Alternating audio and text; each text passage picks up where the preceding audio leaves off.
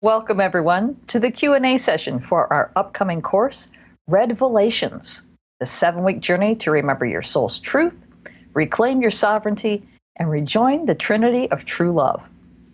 I'm Lisa Bonnice, and I'm really looking forward to hosting this Q&A conversation for the Shift Network, where we'll explore the teachings of Sera Beak and address questions about her upcoming 7-week course, Redvelations, which begins Tuesday, October 9th. Later, I'll explain how you can participate in this course, even if you can't attend the live sessions. But first, I want to introduce our guest. Sera Beak is a world-traveled, Harvard-trained scholar of comparative world religions and author of Redvelations, A Soul's Journey to Becoming Human. Also, Red Hot and Holy, A Heretic's Love Story, and The Red Book, a deliciously unorthodox approach to igniting your divine spark. The New York Times called her one of the new role models for her generation, and her work has been published in magazines ranging from Spirituality and Health and People to the Dutch Glamour, Washington Woman, and Publishers Weekly. She gives talks, private sessions, and retreats focused on the radical reality of the soul and its messy, beautiful love affair with being human. She has a strong affinity for animals, bloopers, subtle realms, and swear words. Gotta love it. In just a few minutes, we're going to open up for your questions, but first I want to welcome Sera, who's going to start off our call by leading us in an opening meditation. Welcome, Sera. It's a pleasure to be with you this evening. Thank you. It's so great to be with you and everyone who is joining us right now. So we're just going to start with closing our eyes. And if closing your eyes is uncomfortable, you can always just gaze at the floor in front of you. That's what I like to do.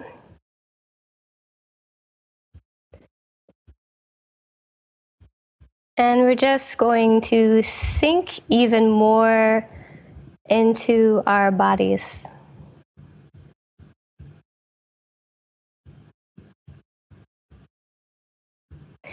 Really allowing them to be a part of tonight. So it's not just our brains or words that are happening, but also our body, the rest of our body is fully engaged.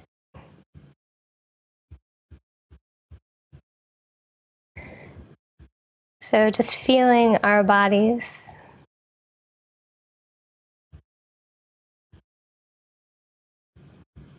And if you can, sense or imagine gravity.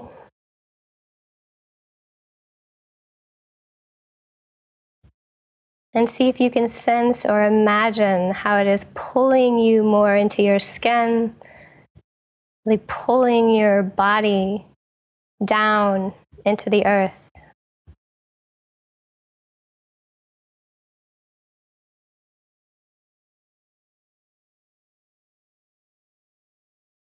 And see if you can sense or imagine that gravity, which is always pulling us towards the earth,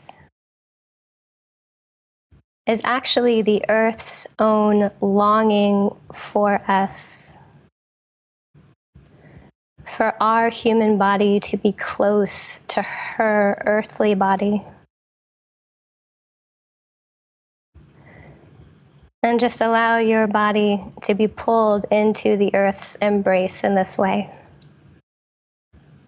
Gently, persistently, lovingly.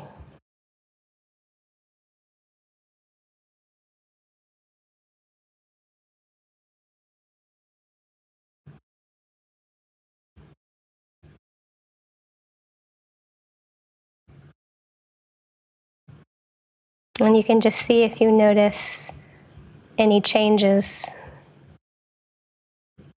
or just any feelings by reigniting this very natural relationship you have with the earth. And just allowing that relationship to be active and alive in your awareness right now, in your very cells. And you can feel how they pulse with the earth's pulse.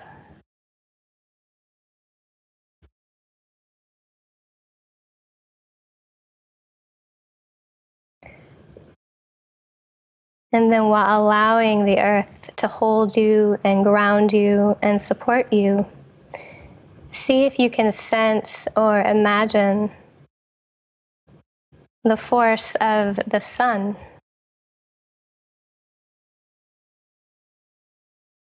Even if it's nighttime where you are right now, your body still knows and feels and senses the sun, as does the earth.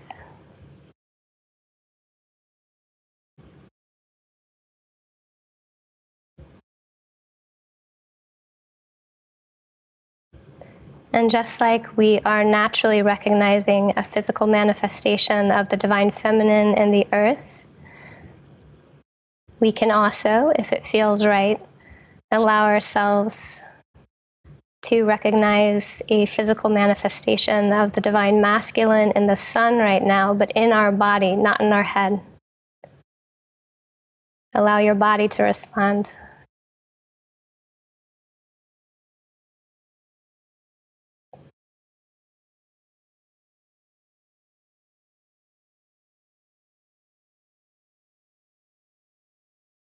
And then with these two beautiful relational beings supporting us, we're going to bring in the third, which is us. And we're going to do this by just feeling our hearts right now, how they are beating in their own unique sync with the earth and the sun.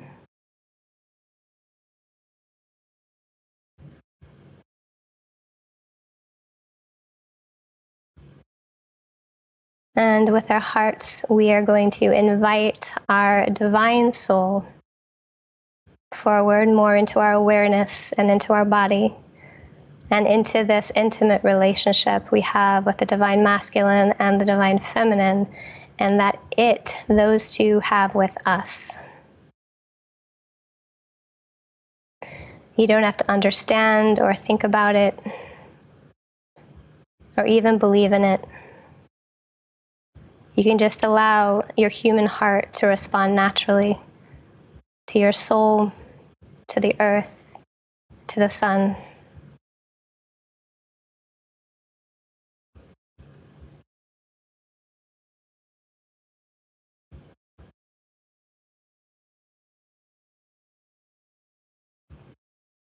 And keeping yourself in that trinity of true love. We'll just continue with the Q&A now. Thank you. All right, thank you, Sera. So we have the rest of our time together to dive into our viewers' questions for Sera as we prepare for her upcoming course. Again, that's called Redvelations, and it begins Tuesday, October 9th. And if you want to check out the website and learn more about this 7-week course, you can visit theredvelationscourse.com. You see it down there on the bottom of your screen to see the full description. So let's go ahead and get started with questions. If you have a question for Sera, go ahead and type it in, and I'll be happy to read it out loud. And in the meantime, we've already got some questions waiting, so let's go ahead and dive in. Sera, I'd like to start out with one that a lot of people are asking, and I'm sure you've heard this one more than anything else, is how were you able to determine that you were the child of Jesus and Mary Magdalene? This question is from Carmen specifically. The question goes on, beyond cell memories, did you have dreams, visions, channelings? How did this happen? Sure. Sera was the lost and missing part of my human soul. A big chunk of it, actually, about 90% of it. So a lot of my work the past 9 years has been about retrieving and healing this part of my soul and integrating it back into my body. And so Sera now represents what I would call the essence of my human soul. And that's why you heard me on the recording, or if you hadn't heard that, you will hear me tonight, and perhaps even during the course, sometimes referring to Jesus and Magdalene as my parents. And I'm saying that because that is the truth of my soul. And that is how I stay congruent and authentic and honest with who I am And it's how I'm better able to support the truth of your soul. And a lot of this happened through ordinary occurrences in my daily life, memories that felt as natural as remembering something in my childhood. A lot of my work with Sera dealt with pain and trauma because her life was not an easy one. And there weren't any big flashing signs or visitations, no channeling whatsoever. Nothing at all came from outside of me. Everything came from inside of me. And that's a really important part and piece of soul work. And that's what differentiates it from a variety of other things out there, like past life work or regressions or channelings or mediums or ascended masters or other beings floating into our space. And this is really important. Soul work has to be rooted and grounded in our body. It's very sobering. It brings us down and in, not up and out. It's not flashy. It's not a lot of fun. I mean, it's beautiful in many ways, but it doesn't really kind of light you up. It really brings you home. So it's hard to explain exactly the knowing other than saying, I know who I am because I know my soul. And so I guess that's sort of the best way to try to talk about it right now. And maybe if there's more questions, I can go into more details. Okay, great. Thanks. We'll see what comes up. And in the meantime, we've got a question here from Allison that sort of touches on what you just said. Allison says, can you say more about how you understand soul? She's using quotes. I've heard you name soul as the child of the divine feminine and the divine masculine, and I felt such a strong embodied yes to that. But I'd love for you to speak more about this. Sure. So soul to me is our raw, natural essence. That's also multidimensional.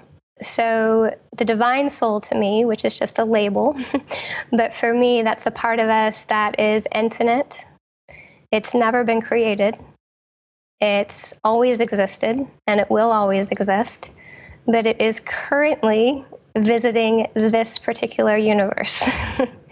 So it is inside the body of this particular universe, which again, just using labels, has a divine masculine and a divine feminine, and it is through their love that our soul entered this universe.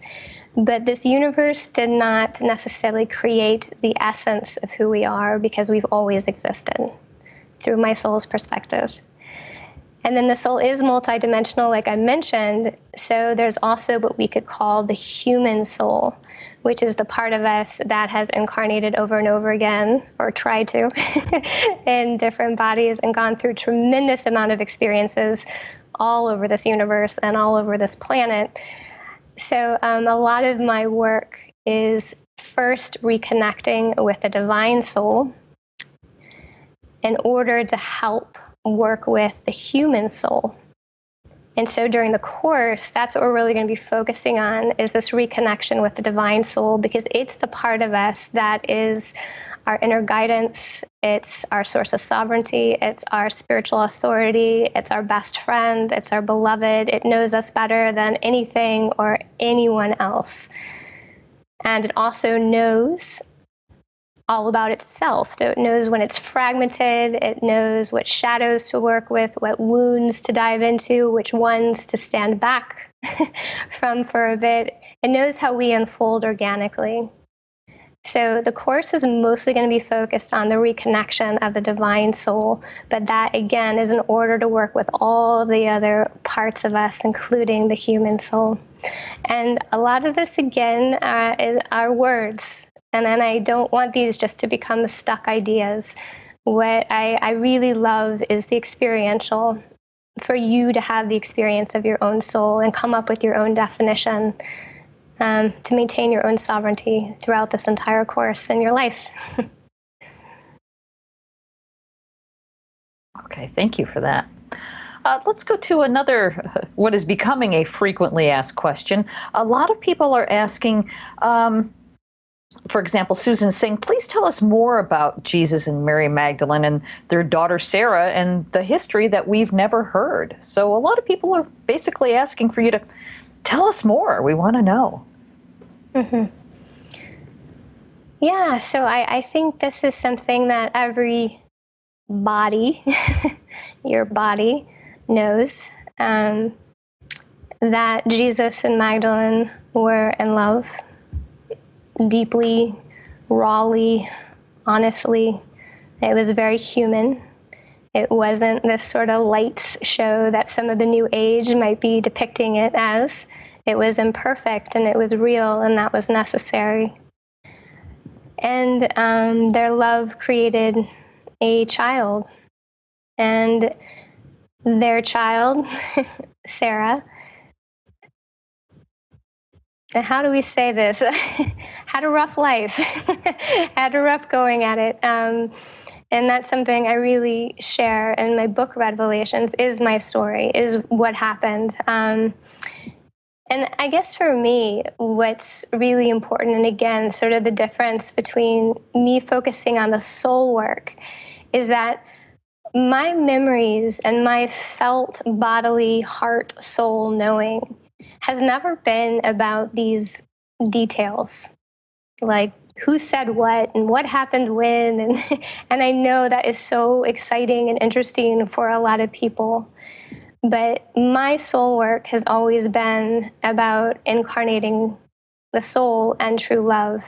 And what is it that each of us needs to know and remember and do the work for in order to come home here? And that's what my parents lived as. They are called spiritual teachers by some people because I don't think we really have the language for what a human and divine body is. I don't think we have the language yet. Or you probably do, but I don't yet. But they were, to me, also the physical embodiments of the universal Trinity, of the divine masculine and the divine feminine in love, with also the divine soul, which is what Sera represented. So they were a very real, imperfect, messy, beautiful, loving human family. And they represent all of us. And in my opinion, the very nature of this universe. Okay, thank you. More questions are pouring in. Jackie wants to know, are you aware of Jesus and Mary having other children besides Sera? I know there's a lot of information out there right now, a lot. And what I would just encourage you to do is to feel for the real. Feel for the grounded, sober reality. Don't get lost in the cosmic distortions or falsifications or ascended masters, or there are thousands of Jesuses and Magdalenes and their children in the cosmic realm. And that is something we're going to talk about in the course, the difference between the cosmic realm and the soul realm. So feel into your own body and find the truth there. In my experience, I did not have any brothers or sisters. Okay, well, that's an intriguing response. I can't wait to get into the course and learn more about that. Let's go into some other questions here. Let's see. Morgan says, once the message and manifestation of Mary Magdalene and Jesus is understood in its proper context, and perhaps we can address that first, after that, what are the steps that you suggest people take in their own lives to embody the message? Mm-hmm. I think I'll answer that second part. And this is pretty obvious, and that it's to love yourself and to be yourself and to love others and to love this universe And that is no easy task, as we all have experienced. They were pros at that, and that is something that their very existence has left energetic footprints and reminders within our own soul and within our own human bodies to trust and follow. But be yourself. I think that makes my parents, which is all of our parents, the happiest. And it's also how we contribute to this universe. It's how we take our place and our role in this trinity of true love, because they can't do their thing without us doing our thing as well. Great, thank you. So Morgan also asks, what specifically is your teaching regarding embracing our individual sovereignty? Mm-hmm. Yeah, so I was touching on that at the end of that. That is why the third, to me, which is what Sera represents, and it is what every single one of us represents, is the sovereignty of the soul, is reclaiming our distinctiveness, our infiniteness, our authority, our uniqueness, our texture, our nuance, our gifts that only we as a soul can give to this universe. And we have been the missing piece. So we all know about the divine masculine, although the organic divine masculine has been missing for a long time. And the divine feminine has been coming back in so many beautiful ways. And then the third piece to me is the soul, the divine soul. But it's not just the soul, it's us actually recognizing our sovereignty. And in so doing, we're able to match and meet and fully enter into a mature adult relationship with our universal parents, and therefore fully contribute to this universe and help it evolve. This happens both on a planetary level and on a universal level. Okay, great, thank you. Let me combine two people's questions here. Lori is asking, has Sera resurfaced in previous lifetimes, not just this lifetime? And if so, why? And what is her purpose? And then Jackie is asking, have Mary Magdalene and Jesus reincarnated in other lifetimes as well? Okay. I don't know about my first parents. It's kind of their business. As for me, I have had many lifetimes since that lifetime. Each one I have been trying to kind of rectify what I felt like I did wrong in that lifetime. And because I went through so much in that lifetime, the majority of my human soul was stuck there. But another piece continued on and on and on. And it's really only been until this lifetime that I have had the safety, the ability to remember and recollect myself. But I remember all my lifetimes between, Sera and now, and I actually wrote about them in Redvelations, but it made the book too long, so I took it out. But what's fascinating about remembering your soul from the first time it came here to this planet is that you're able to recognize the arc and the lessons that your soul is continually working out, and the evolution and the devolution and, the fuck ups and the successes and really just the whole ride. You're able to have full appreciation of it and just recognize it. And it's everything that is happening in your current life right now reflects exactly what your soul has been working with in previous incarnations, in my opinion. And that's really important just to remember. You don't have to go to a past life in order to remember or reintegrate your soul. I had to, because the majority of my soul was stuck back there. Also because retrieving my soul also meant that I was retrieving the love story of my parents. So it was a bigger story than my own. And then together, all three of us just represent the whole human universal shebang. So it was a multi-layered reason why I kept getting pulled back towards that first lifetime. And perhaps that's another way to try to address that very first question. I can give you an example where everything that happened in this life, whether it was a relationship issue or a health issue or something coming up with my work or family or anything like that, whenever I would check in and just be like, what's this about? Where's this coming from? What can I do to work with this and start to heal this? I would get pulled by my soul back into my first lifetime as Sera, where I would see the root of where everything that I was experiencing in my present life started. And it was so familiar. It was so real. It was so, I found out, necessary for me.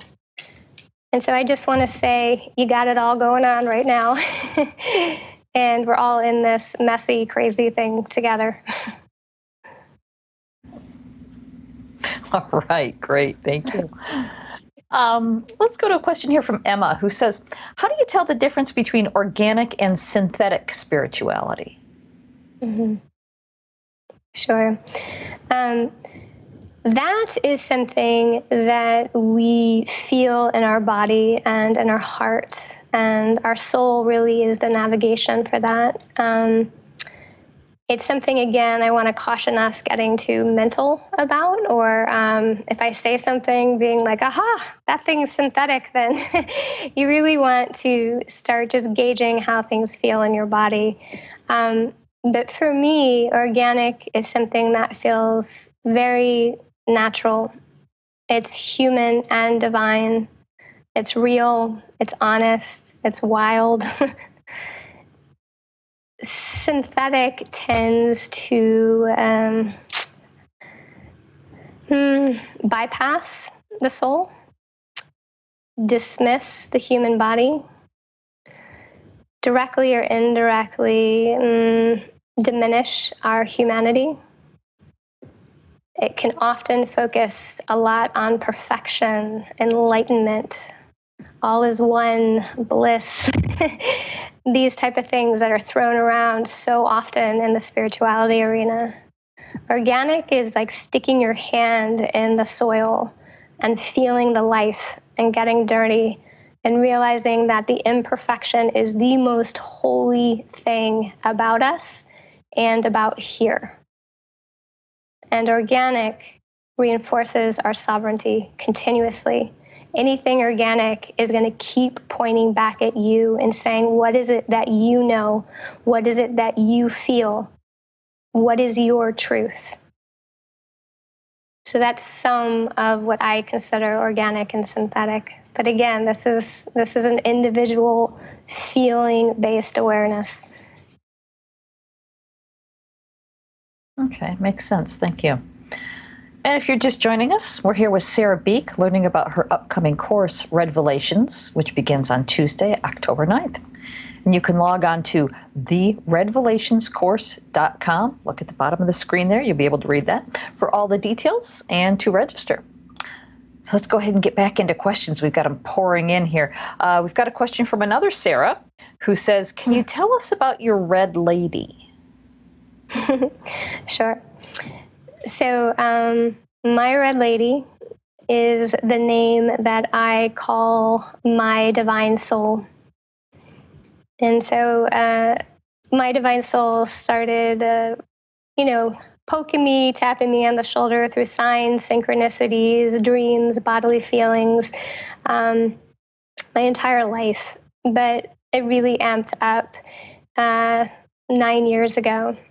And that's when I started giving her a name. Well, I started giving her a name longer than 9 years ago, but 9 years ago is when she really, really just amped everything up.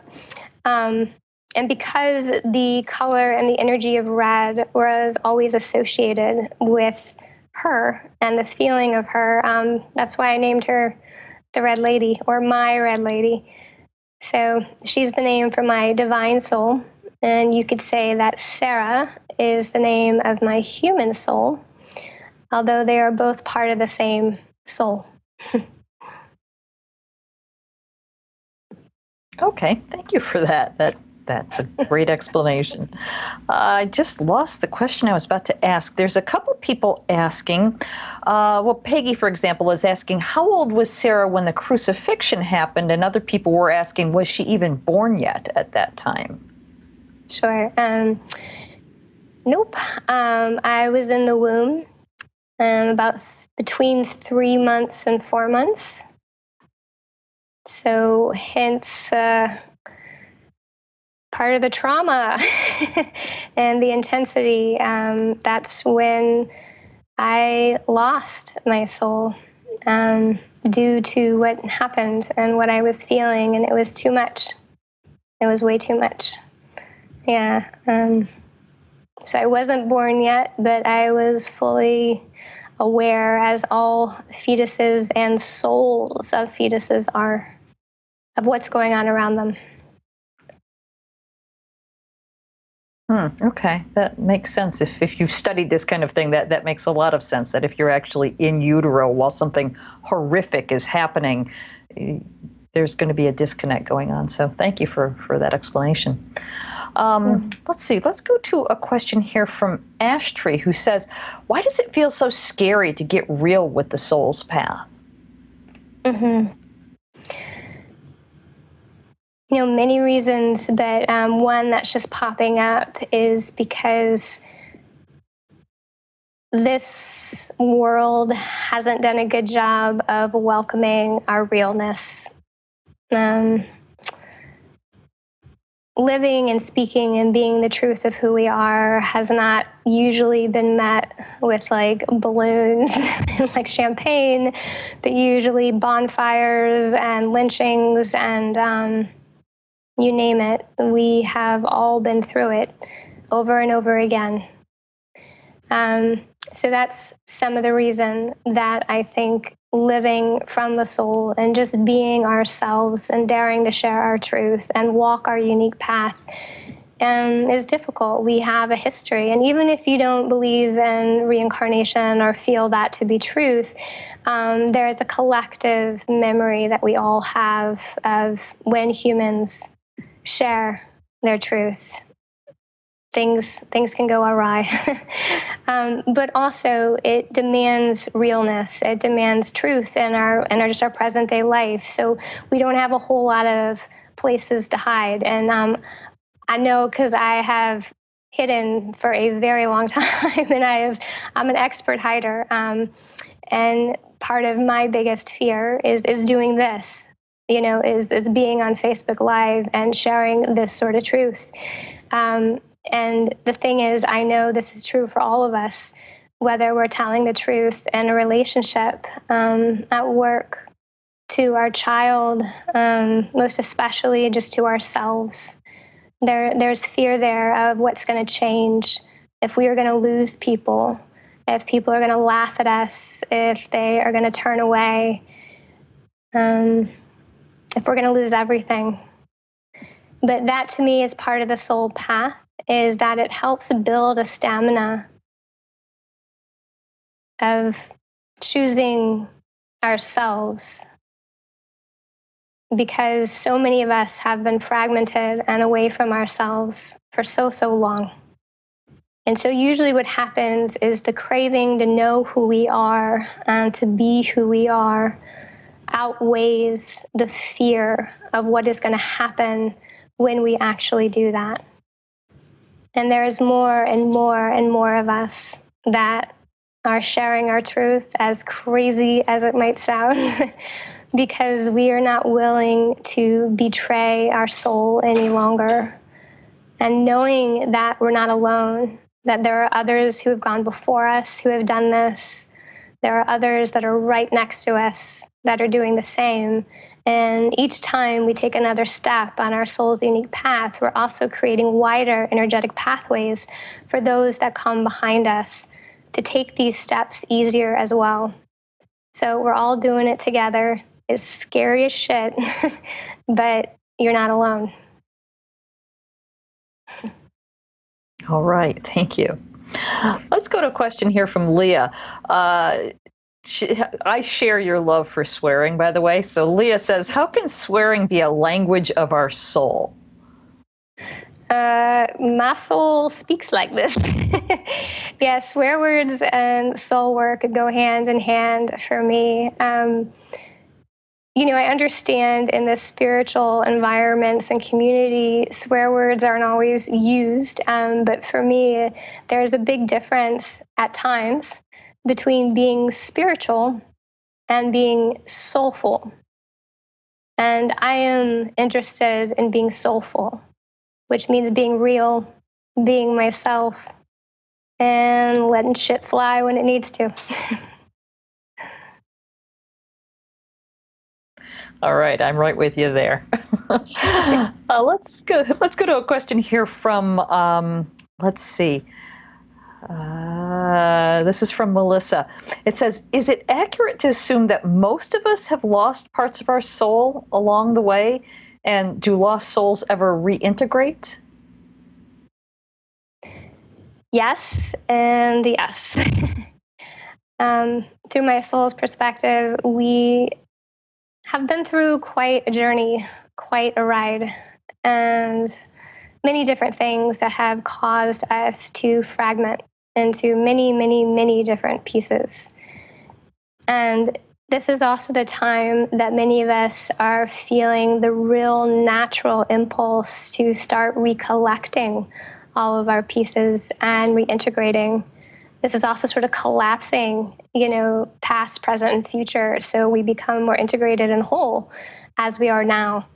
So soul loss is so, so, so common. It happens to every single one of us. There is nothing we have done wrong. It's part of the experience in this universe.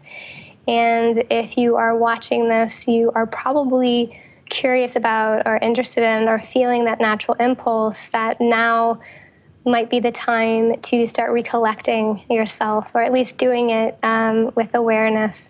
So it's something that to me is one of the most natural processes in this universe. And yeah, just very common, and something that we will definitely be getting into in the course and learning certain practices for how to find and retrieve these pieces of ourselves. Okay, great. We'll get back into that in just a second, but I want to talk about the course just a little bit before we go any further. Once again, the name of the course is Redvelations, and this is going to be just a fascinating 7-week journey under Sera's guidance, where you'll recognize when spirituality is contributing to your soul loss. You'll own how and why you might have ignored and rejected your own soul, and discover how to retrieve the missing pieces. The 7-week course takes place on Tuesdays at 5 o'clock Pacific time, starting Tuesday, October 9th. And if for any reason you can't join us live, that's fine. You won't miss the teachings. You will receive audio recordings, transcripts, and all course handouts on your course homepage. And also, I'd like to remind you that the Shift Network offers a no-risk money-back guarantee on all of our courses, giving you a full 2 weeks until October 23rd in this case to make sure that you absolutely love it. We want you to be happy. As an added option, all participants are welcome to connect in a private Facebook community group so you can stay connected with one another. Also, everyone who registers receives the Redvelations bonus collection. First, you'll receive an audio teaching from Sera entitled Peeling Off Our Labels, Questioning Our Beliefs, Exploring Our Dark, and Trusting Our Unique Expression. Then you'll get another audio teaching from Sera, this one called The Divine Importance of Healthy Transgressions and Feminine Sexuality. And when you register by midnight Pacific on Thursday, September 27th, you'll receive an additional bonus gift, and that is an audio dialogue between Sera Beak and Mirabai Starr, another Shift Network faculty, entitled Sera and Her Red Lady. So Sera, before we get back into questions, why don't you tell us what you're most looking forward to sharing in your upcoming course? Well, I'm most looking forward to the experiential practice where we'll be entering the soul realm together in every single class and reconnecting with our divine soul and the divine soul of this universe in order to receive our own answers and the teachings from our own soul, our own wisdom, our own reality, our own love. There is, to me, nothing greater than remembering and knowing your own truth and getting so used to having access to it that easily, just by you being you. And through the 7 weeks, by doing these particular soul realm practices, it's just going to become so natural. And you might even just go off and create your own. But there's something about being in a community when we're all entering the soul realm together and we're all listening to and embodying and feeling the radical reality of our soul that just changes. It changes things for real at a bedrock level. So that's what I'm most excited about sharing, is basically just the space for you to dive into yourself. Beautiful. Thank you. Well, then let's take a question here that's sort of specifically what we're talking about here. Carmela is asking, how can this course assist if the soul has already slipped within? Okay. If she's meaning if your soul is already in your body, what I would say is that, at least in my experience, I'm always creating a deeper relationship with my soul. It's not a done deal, and I don't think it will ever be a done deal. There's always growth. There's always something new that my soul wants to share with me every single day. And so what this course would benefit for those of you who feel connected to your soul is that you're just going to go deeper. And to me, the soul takes advantage of courses like this. It's like, hey, you're going to sit down with me for an hour and a half each week for 7 weeks. I'm going to bring it. I'm going to go there in a way that maybe it's not always gone. Also because it knows you're in a community support. And it knows that you have someone there, a facilitator, who is so devoted to you and your soul. And so, yeah, that's what I think can happen and help anybody who feels connected to their soul, is just a really, truly, authentically deepening of that relationship. And I apologize if you're hearing some dogs in the background. Those are my pups. I love when that kind of stuff happens. We had somebody once whose little boy was trying to get in the door or something. Toss him a little biscuit or something. They've been crawling all around right now. So but now they're barking at someone outside. So. Excuse me, now I'm going to start coughing. All right, let's get back into questions here. Lucinda wants to know, as we heal, how can we prevent any further soul fragmentation or soul loss while some event occurs that's too painful or overwhelming? I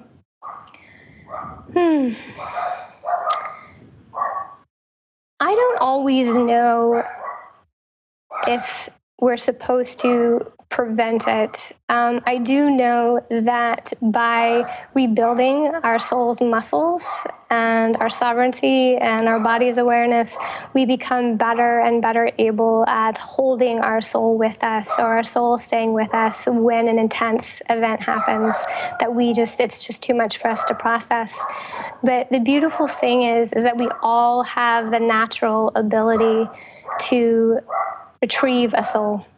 So even if something happened one night and you felt it, you have the ability that very night, or if you need some rest the next morning, to check in, to reconnect with that piece, and to lovingly bring it home.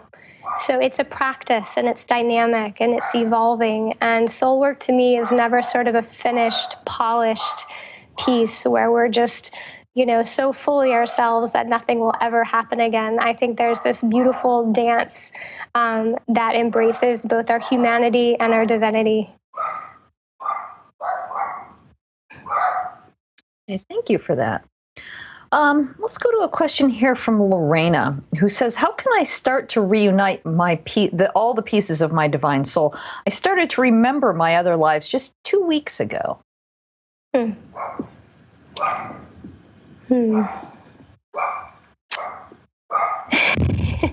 It's kind of hard to go into, just because I feel like that's a big piece, and that's something that we will be talking about in the course. You do not have to take the course to do this. What I do feel is that you do know this by sitting down and just inviting these fragments to start revealing themselves in an organic way and in a natural way, and to start to invite them to come back home to your body. Things will start shifting. Things will start returning. A lot of times our soul just needs to know that we're here and we want it back home. And it needs to feel safe. It needs to feel many different things, kind of depending on why it fragmented. But that's something that we will be learning in the course, outside the course, just as a human race together. Okay, thank you for that. Now, I have no idea if you can answer this question or not, but let's give it a try. Dana wants to know, were Mary and Jesus twin flames? I don't resonate with that terminology so much, but I would say that my experience was that they were the physical incarnations of this universe, the divine masculine and the divine feminine of this universe. Okay, thank you. I refer to them as, the divine soul of this universe. So you could say that they do share the same soul. Okay, great, thanks. Let's look at a question here from, I believe it's pronounced Ronet. The question is, can you speak about the difference between the human soul and the divine soul? Mm-hmm. Sure. So the divine soul is the infinite, indestructible, always whole, most wise, loving, sovereign part of us. It then, through my perspective, kind of stretches itself through the different dimensions of this universe. And when it hits this particular plane, it is what we could call the human soul. And the human soul is the part of us that incarnates over and over again. So it's the part that's had a lot of different lifetimes and a lot of different experiences. It can fragment. It does get wounded. It's been through it. And so even though it's part of the same soul, it's part of the divine soul, it's had particular experiences that are human. And so working together with the divine soul and the human soul is key in my experience. Yeah, but they are the same soul, just different dimensions. Okay, thanks. Let's go to a question here from Constance, who says, please say more about your understanding about the amnesia that souls experience as we incarnate so that we do not easily remember our connection to God.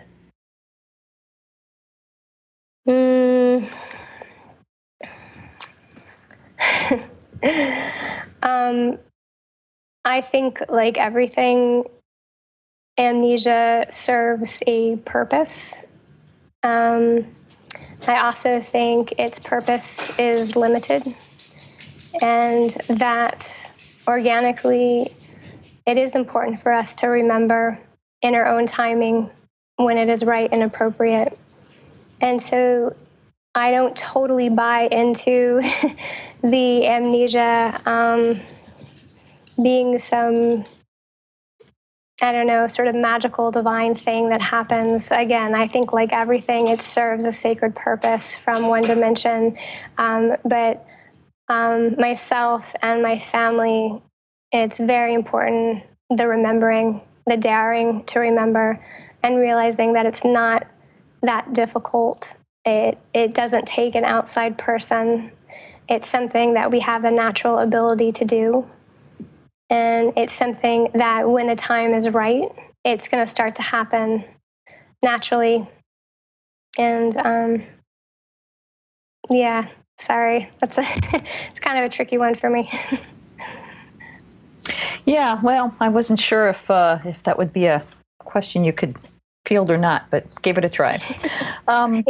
Let's do a question here from Anne, who says, has getting in touch with your soul's relationship with your divine parents in your first human life affected your relationship with your human parents in this life?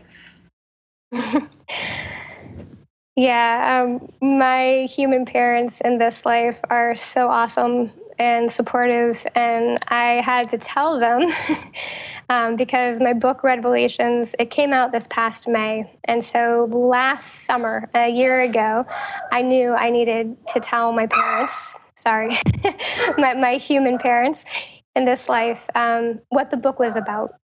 And to their credit, they have just been very supportive. And also, what's been kind of funny is there's just been no doubt with them. They're just like, yeah, we know. It's kind of who you are, and no big deal.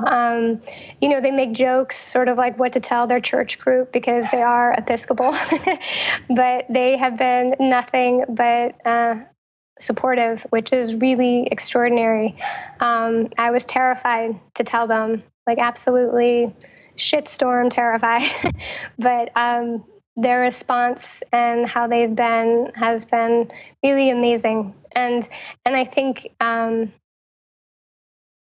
think that's how things go when you're just being natural. You're just telling your truth. It doesn't mean everyone's going to like it or agree with it, but I do think creating deeper relationships or opening up the conversation to have these deeper relationships, even with people who have wildly different beliefs or experiences, is part of this process and a really important part of the soul path. That's great. I'm so happy for you that that's how they reacted. That's fantastic. Let's go to another question here. This one doesn't have a name, so Anonymous wants to know, many years ago, when I first heard about the love between Jesus and Mary Magdalene and that they had a daughter, I felt that the Holy Grail is actually humanity, or blood, for we all carry the code of love and the divinity in our DNA. Can you comment on the concept of the Holy Grail? I would just say that whoever wrote that to me is right on. That if there is a Holy Grail, it's us, and it's us with the love of this universe.